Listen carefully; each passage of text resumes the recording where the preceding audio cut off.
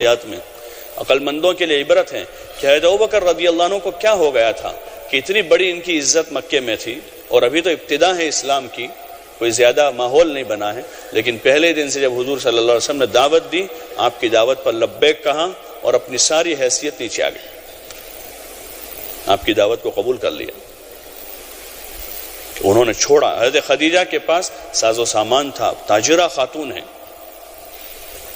لیکن اسلام قبول کر کے اپنی ساری جو عیش و عشرت کی زندگی ختم کر دی، کھانے کے لالے ہو گئے۔ شیب ابی طالب میں 3 سال تک انہوں نے اس کو پسند کیا تھا، بھوک کے ساتھ، فاقوں کے ساتھ، حالات کے ساتھ پسند کیا کہ ایمان بڑی چیز ہے،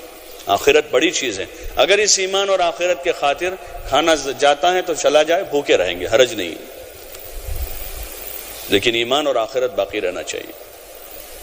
حضرت صہیب کا قصہ ہے، اپنا مال دے دیا ان کو، جا رہے ہجرت کر کے، مکے والوں نے پیچھا کیا، پکڑا راستے میں، ایک ٹیلے پر چڑھ گئے اور کہ دیکھو میرے پاس یہ تیر ہیں، تمہارا مقابلہ کروں گا،